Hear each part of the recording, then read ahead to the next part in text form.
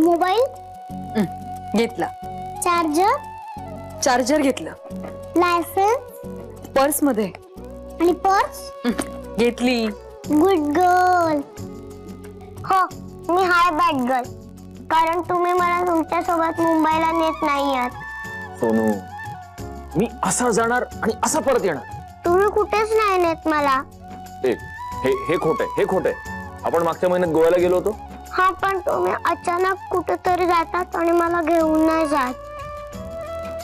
मला पण असं वाटतं. आता तुमचं मुंबईला काय काम आहे? शुभ्रा, माझी कामं झाली की मी वेळेत येईन ना बाळा.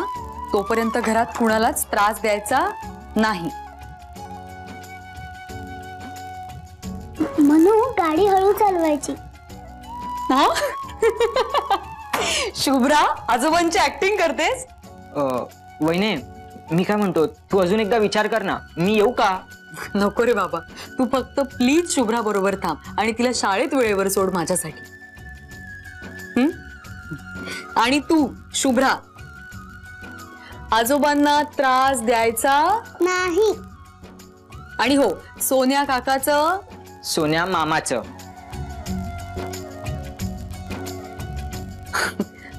सॉरी, सोन्या मामाचं सगळं ऐकायचं. मस्ती करायची नाही. आणि तू वेळेत घरी यायचंस. एकदम वेळेवर येणार. I swear. चला बाबाला पप्पू द्या. चला. सत्य, साखर घे. आणि हे बघ, तिथं जाऊन तक करू नका. ती पोरगी शुभ्रा नसेल ना तर. आजी, शुभ्रा कोण? अग, तुझे कान 7-8 उघडे कशा पाय ग? चल, तू दूध घेऊन टाक. नको मला. हा, नीट जा. ज्या कामासाठी चाललोय ते काम होऊ दे, एवढाच आशीर्वाद दे. ह्यो तर नेहमीच तुझ्या पाठीशी असते. बाबा, मी पण देऊ आशीर्वाद. सुखी रहा बच्चा और अपने बेटी के आने वाले डे के लिए वेळेत पोहोचो. Good girl. बाबा, लवकर या. लवकर येणार आणि पणजीला त्रास नाही द्यायचा. Okay, bye. बाय सांभाळून. हो, बाय बाय. काळजी घे. चल, बाय बाय.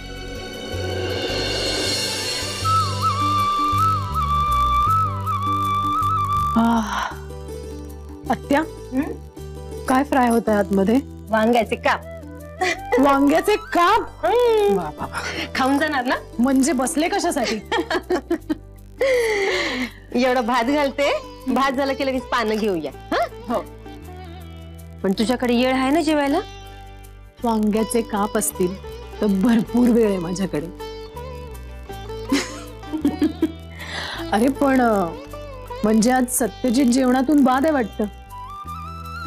हो, कारण घरात वांग शिजतंय म्हणजे. तो हाय कुठे इथं? सकाळी सकाळीच गेलाय मुंबईला. सत्यजित मुंबईला गेलाय? ओ, बोलला नाही. शोध मोहीम. ओ, अच्छा. मुंबईच्या कुठल्याशा शाळेत एक पोरगी आहे म्हणा. आडनाव सरनाईक लावती. 7 वर्षाची आहे. आई संग राहते आणि तिच्या आईनं काडीमोड घेतलाय म्हणा.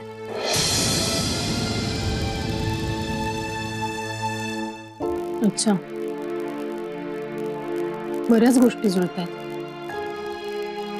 अगं, तुम्ही काय खुळ्यागत बोलायला लागली? नाही, तसं नाही, पण लाखात एक जरी चान्स असेल तरी.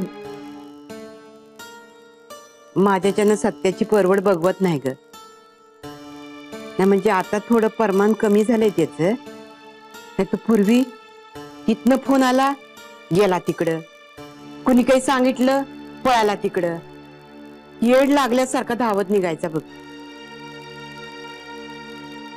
मंजिरी आणि शुभ्रा कुठे आहेत हे कळावं असं तुम्हाला नाही वाटत? वाटतंय अगं, लाख वाटतंय. अगं शुभ्राला तर ह्या हातात खेळवलंय आम्या. रगात आहे ते माझ. पण म्हणून आता सत्याची परवड बी बघवत नाही बघ. पण मला असं बी वाटतंय की सत्यानं आपलं आता आयुष्य जगायला पाहिजे बघ. तो जगतोय. तो जगतोच आहे. आणि खरं तर आता ना आर्यामुळे तू जेन्युइनली खुश आहे. होय, हो. तुझं बराबर आहे म्हणा. तू त्याची मैत्र आहेस आणि माझ्यापेक्षा त्याच्या मनात काय चाललंय हे तुला जास्त ठाव असणार. काय मला खरं तर नाही कळलं तुम्ही काय बोलताय ते. अगं सत्या बाप म्हणून खुश आहे. घरचा करता पुरुष म्हणून त्यानं आपली समधी कर्तव्य व्यवस्थित पार पाडल्या. ती डोसक्यावरचं कर्ज बी फेडलंय. गौऱ्याला त्याच्या धंद्यामध्ये स्थिर करून दिलं. मंजुषा आणि यंगचं लगीन लावून दिलं. तो आपल्या पोरा संगट आपल्यामध्ये खुश आहे. पण सत्याचं काय?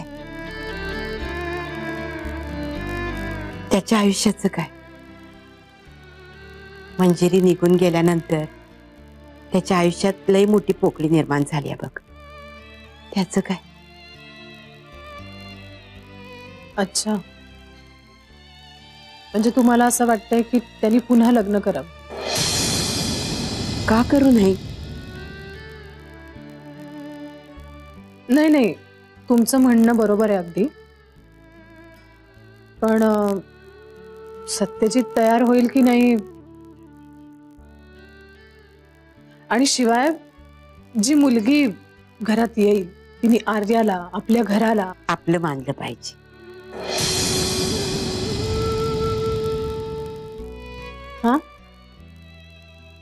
नाही म्हणजे मुलगी आपल्या ओळखीची बी असू शकते. तसं असेल तर नथिंग लाईक इट. आहे का कुणी? शोधली म्हणजे सापडते की.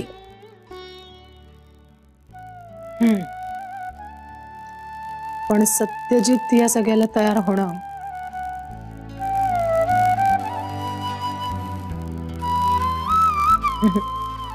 कठीण आहे.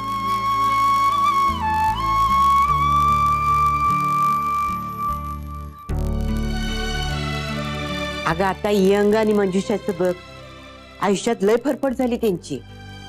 पण आता सुखी आहेत की नाही? हो, पण मग तुझं काय? माझं काय?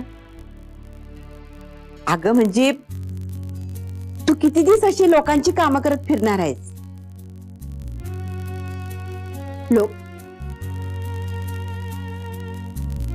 तुम्ही माझ्या एनजीओ बद्दल बोलताय?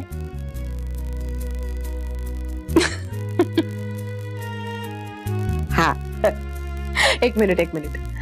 माझे चान्सेस कमी आहेत. कारण पहिल्यांदा चुकीच्या माणसाच्या प्रेमात पडले, त्याने आयुष्याचा नरक करून टाकला. तुम्हाला सांगू का, या प्रेमाभिमाच्या बाबतीत मी फ्लॉप आहे असं माझ्या लक्षात आलंय. अहो खरंच. त्यामुळे माझ्या लग्नाची चिंता करू नका. त्यापेक्षा गरम गरम वांग्याचे काप आणि गरम गरम भात मला खायला द्या. मला खूप भूक लागली आहे. वाढते एवढा भात लावते आणि तुला जेवायला वाटते. मी लावू कुकर? नग मी लावते कुकर. आणि तू काय आपलीच आहेस, हक्काने सांगेन तुला. काय आहे बरोबर की नाही? बरोबर. Yes excuse me. आर्य शिकवते मला थोडं इंग्रजी. आता म्हणलं ना येस एक्सक्यूज मी. कळतच नाही हिला.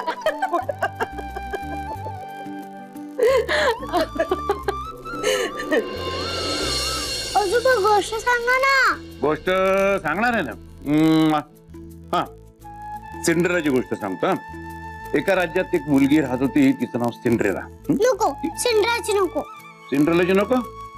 मग मग दुसरी गोष्ट सांगतो.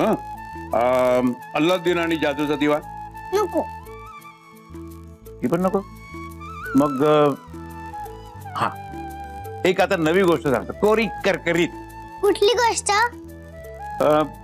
टोपीवाला आणि माकडांची गोष्ट. टोपीवाला कोण असतो?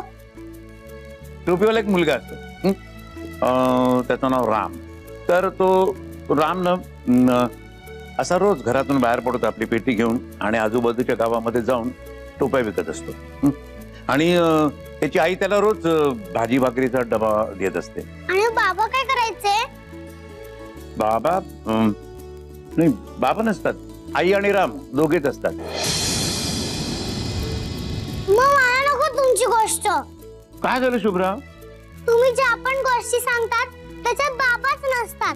सिंड्रेलाची गोष्ट मध्ये बाबा नसतात, अल्लाउद्दीनच्या गोष्टीमध्ये बाबा नसतात, आणि आता टोपीवाल्याच्या गोष्टीत पण बाबा नसतात. गोष्टीत तरी बाबा असतो ना आजोबा. तसं नाही बाळा, तसं नाही. हे बघ, मी तुला आता अशी गोष्ट सांगतो ना.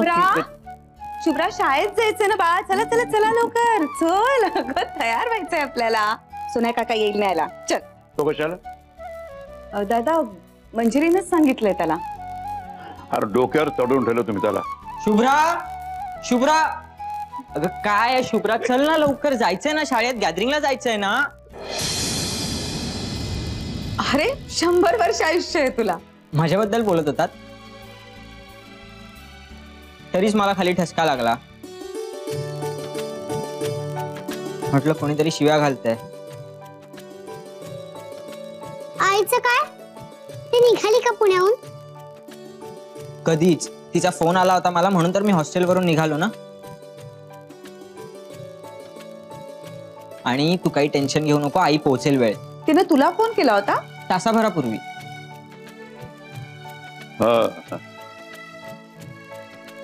आता हे फोन सुद्धा आम्हाला करायचं वाटत नाही तिला.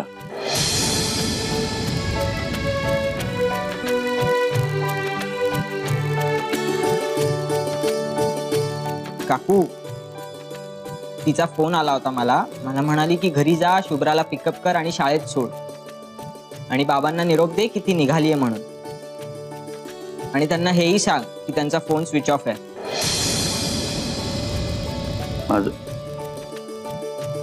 माझा फोन स्विच ऑफ कोणी केला?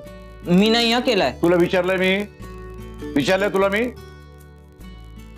हा चला शुभ्रा बेटा, चला चला चला, पटपट पटपट तयार व्हा. हे बघ, तू आलीस ना की त्याच्यानंतर मी तुला एक मस्त गोष्ट सांगेन. आणि अशी गोष्ट सांगा की ज्याच्यात बाबा असायला पाहिजे. हो, तुला तुला हवी तशी गोष्ट तुला मी सांगेन. चला चला चला, उशीर होतोय. चला.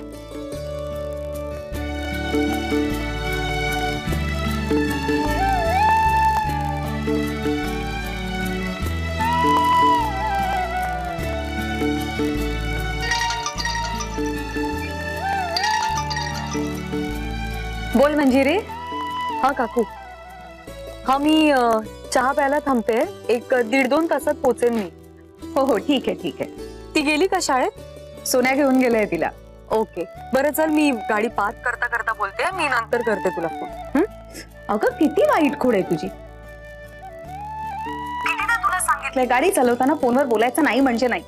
शुभ्राने झापलं ना तुला, तरी जात नाही ना ही सवय तुझी. हो ग काकू, मी फक्त पार्क करते. चल बाय.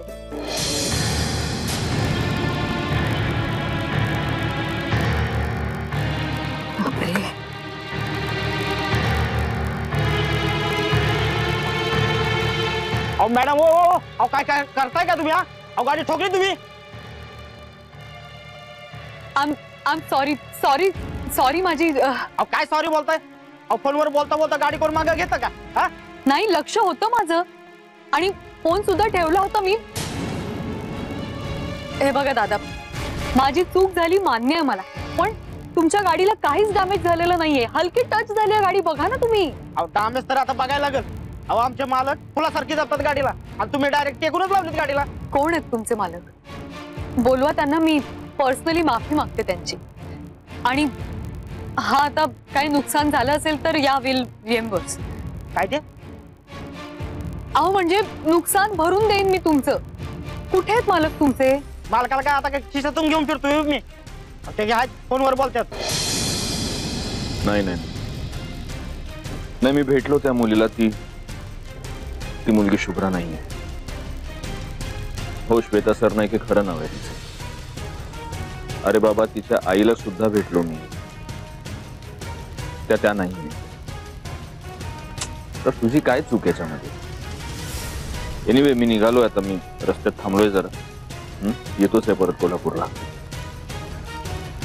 हो, शोध चालू ठेव मात्र. काही कळलं तर मला कळव. आणि उद्या हरी बरोबर पैसे पाठवून देतो. Okay, bye. खरं तर काहीच नुकसान झालेलं नाहीये तुमच्या गाडीचं. ते मालक ठरवतील. ठीक आहे, मी आहे इथेच. तुमचे मालक आले की कळवा, मी बोलीन त्यांच्याशी. हो थांबायचं, मालक येतील आता. भाऊ, जरा नीट बोला. मी फार सभ्यपणे बोलतेय तुमच्याशी. आणि तुमच्या मालकासाठी मी तर थांबून राहू शकत नाही. फोन करा ना त्यांना मग. या कशा पाय फोन करायचा? आमचा बॅलन्स वर आलाय भाई. ठीक आहे, मी इथे चहा प्यायला जाते. मालक आले की मला कळवा. मी त्यांच्याशी पर्सनली बोलीन, माफी मागीन मी त्यांची. अहो मॅडम पण हे बघा, मी म्हटलं मी चहा प्यायला जाते. मराठी भाषा नाही कळत का तुम्हाला?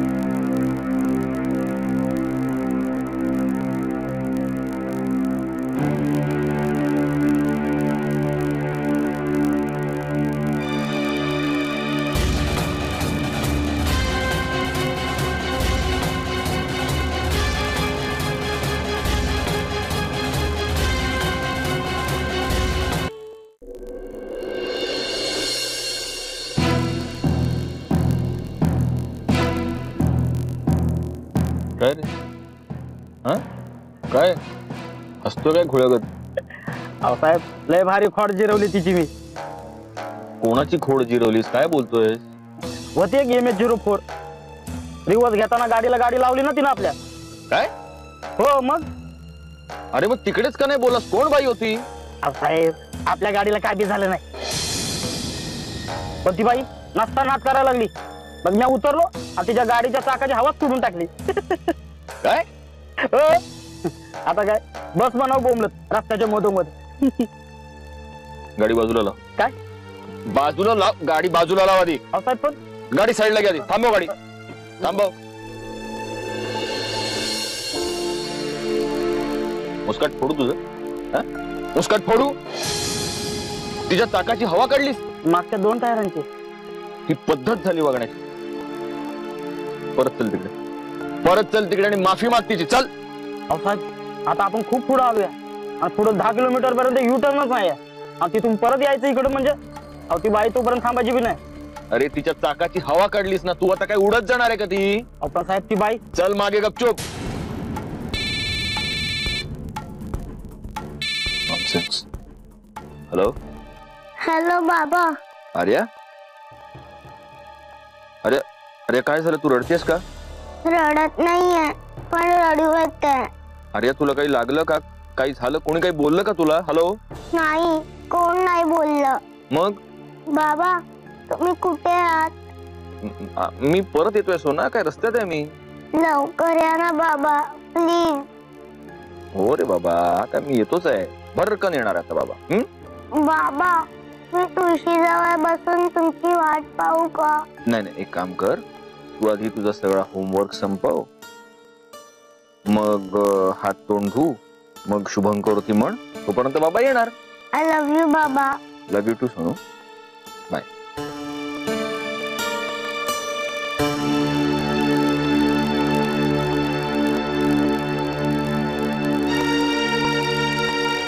साहेब पुढनं मारा काय U-टर्न? कान देऊन ऐकलास ना फोन सगळा, तर वेळ आहे युटर्न मारत बसायला. आता माझ्या स्पीडने जायला लागणार आपल्याला. तू तू बस इकडे, मला चालू दे गाडी.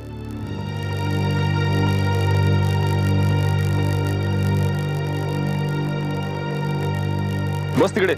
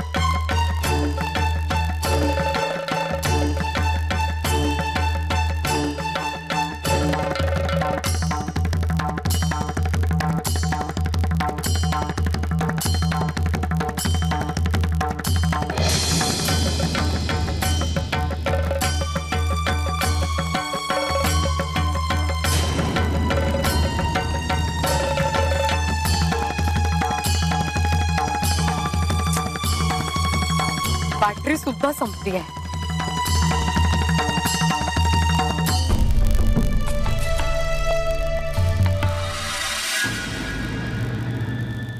तुम्हाला आधी सर्टिफिकेट तर दाखव. ओके.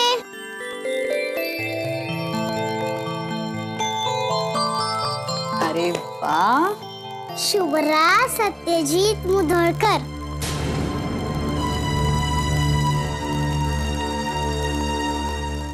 चित्रपट हा समाज मनाचा आरसा मानला जातो. चित्रपट आपल्याला हसवतात, रडवतात, अंतर्मुख करतात, विचार करायला लावतात. असाच एक आगळा वेगळा प्रयोग केलाय झी टॉकीजनं आपल्या नवीन चित्रपटातून, ज्या चित्रपटाचं नाव आहे पॅन्ट्री. या आगळ्या वेगळ्या चित्रपटाला अनेक पुरस्कारांनी आजपर्यंत गौरवण्यात आलेलं आहे. तुम्ही तुमच्या कुटुंबासह चित्रपटगृहात जाऊन पॅन्ट्री पाहिलात?